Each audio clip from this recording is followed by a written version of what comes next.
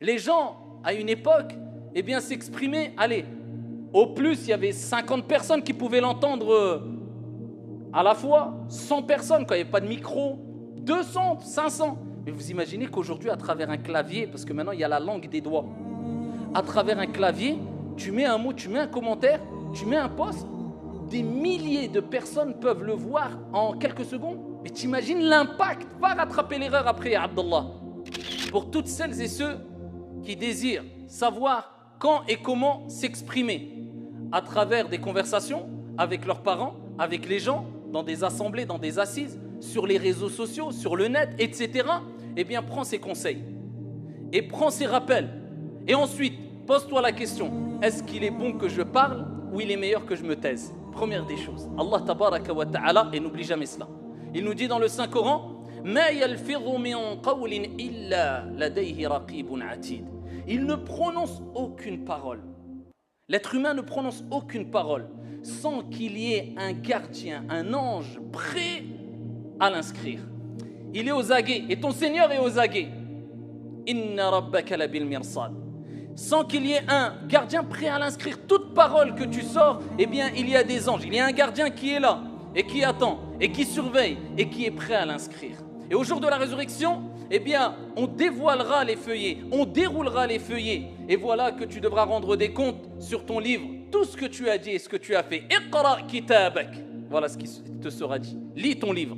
Et des gens seront paniqués et se souviendront des méfaits de leur langue. Mais ça sera trop tard. Yawma la yanfa'u malun wala banun illa man ata Allah biqalbin salim. Le jour où ni les biens et ni les enfants ne profiteront en rien, si ce n'est celui qui rencontre son Seigneur avec un cœur saint, pur. Il aura purifié son cœur. Et pour purifier ton cœur, eh bien, il faut utiliser à bon escient cet outil qui est Al-Lisan et qui fait partie des outils qui transmettent les informations à Al-Qalb aussi. Ils ont une relation ici entre eux très étroite, la langue et le cœur.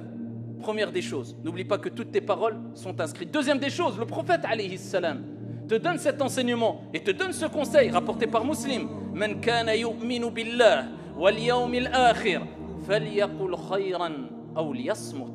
Que celui qui croit en Dieu, le prophète alayhi salam lit ce sujet-là avec al-aqida, avec la croyance, le dogme, ce n'est pas rien. Que celui qui croit en Dieu et au jour de la résurrection, qu'il dise du bien ou qu'il se taise. Alors il n'est pas question de s'abstenir de parler.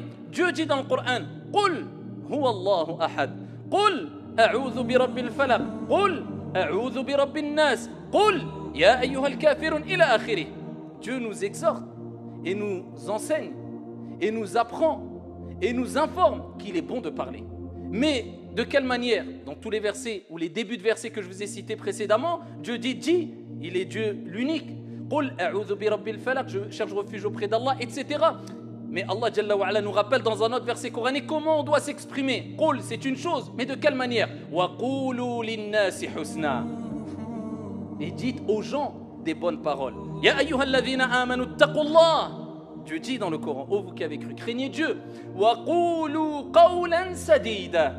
Et dites des paroles droites, justes, comme ça. Doit réagir le musulman. C'est ainsi que doit réagir le croyant. Il sait qu'il faut parler, s'exprimer, mais avec droiture, pour dire du bien.